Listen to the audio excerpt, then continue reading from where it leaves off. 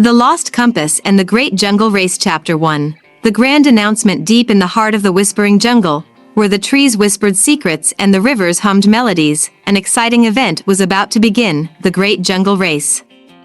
Every year, animals from all over gathered to compete in this legendary race, where the winner would earn the title of Jungle Champion and receive the grand prize, the Golden Leaf Trophy. Benny the monkey, famous for his quick thinking and love for adventure, was determined to win this year. He had once outwitted a sneaky jaguar by using banana peels to make it slip, and another time, he had saved a group of lost parrots by mimicking their calls to guide them home. "This time, victory will be mine," he declared, stuffing bananas into his backpack for energy. "This time, victory will be mine," he declared, stuffing bananas into his backpack for energy. But he wasn't the only one with high hopes. Tilly the toucan, known for her sharp eyes and speed, flapped her wings confidently. "I'll spot the best shortcuts from above." Rocco the rhinoceros, big and strong, stomped his foot. "Nothing can stop me once I start charging." Lola the lemur, agile and clever, twirled her tail. "This race is about brains and speed, I've got both." As the animals gathered at the starting line, the wise old tortoise, Elder Tuga, raised his staff. "Remember, this race is not just about speed, it's about wisdom, teamwork, and knowing when to ask for help. The jungle is full of surprises. Now, on your marks, get set. Go." And with that, the race began. Chapter 2. The shortcut that wasn't. Benny swung from vine to vine, feeling the wind rush past his face. He was in the lead. But as he glanced down, he saw Tilly soaring ahead, using her bird's-eye view to find the fastest route. Rocco thundered through bushes, smashing obstacles, while Lola zipped past trees, using her tail to spring forward. Then, Benny noticed something interesting, an unmarked path hidden behind thick vines. A strange rustling sound came from within, and shadows flickered against the trees as if something, or someone, was moving just out of sight. The air grew still, and for the first time, Benny hesitated. A secret shortcut, he grinned, though a small shiver ran down his spine. "If I take this, I'll be miles ahead of everyone." A secret shortcut, he grinned. "If I take this, I'll be miles ahead of everyone." Without a second thought, he dashed into the mysterious trail. But the deeper he went, the darker it became. The trees grew taller, the air felt heavier, and the sounds of the jungle turned eerie. Then, snap! The ground beneath him gave way, and Benny tumbled into a deep pit. He landed with a soft thud in a bed of leaves.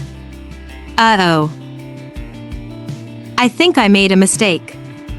Chapter 3. The Compass of Kindness. As Benny dusted himself off, he spotted something glittering in the dirt. It was an old compass with strange symbols on it. "Wow.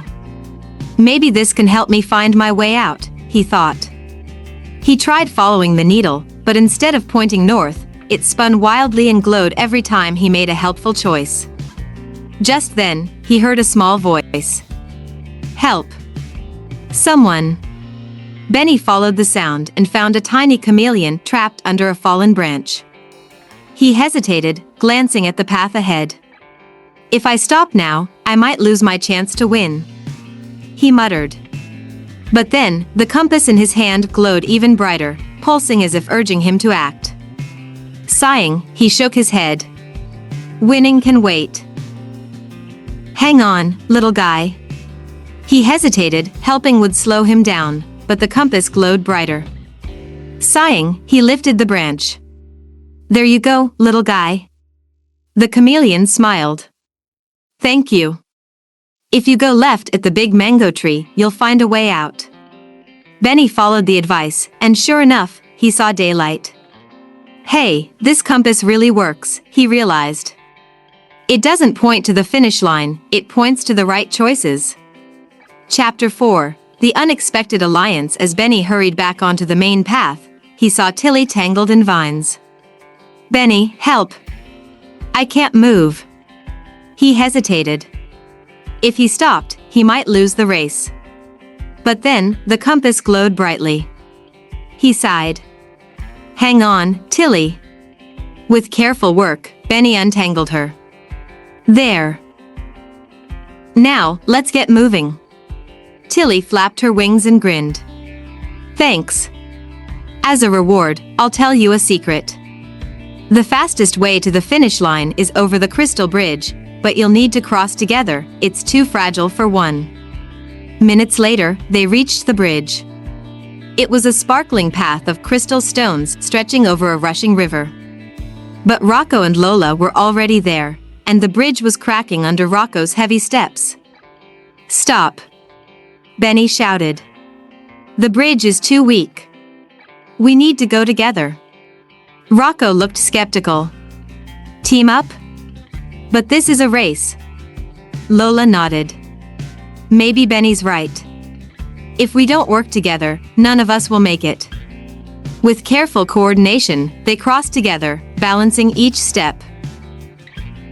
Just as the last paw stepped off, crack, the bridge crumbled behind them. They had made it just in time. Chapter 5. The true victory. The finish line was in sight. Benny's heart pounded as he pushed himself forward, his legs burning from the long race. Tilly flapped her wings desperately, nearly out of breath. Rocco's heavy steps had slowed to a lumbering trot, sweat dripping from his forehead. Lola's tail flicked anxiously, her usual energy fading fast. The crowd roared with excitement, chanting their names. But instead of sprinting ahead, Benny slowed down and looked at his new friends. We all helped each other. We should finish together. But instead of sprinting ahead, Benny slowed down and looked at his new friends. We all helped each other. We should finish together. Tilly nodded. I agree. Rocco grinned. Yeah. A team finish. Lola cheered. Let's do it. And so, paw in paw, wing in wing, tail in tail, they crossed the finish line together. Elder Tuga smiled. This race was never about who was fastest. It was about who understood the real journey. You have all won the greatest prize, true friendship and wisdom. The jungle erupted in cheers. Though there was only one golden leaf trophy, Elder Tuga handed out 4 smaller ones, each shining brightly. Benny looked at his friends and grinned. Maybe winning isn't about being first. Maybe it's about who you help along the way. As the sun set over Whispering Jungle, the 4 friends laughed and celebrated, knowing they had learned a lesson that would last a lifetime. Moral of the story: the true path to victory isn't about being first, it's about kindness, teamwork, and making the right choices.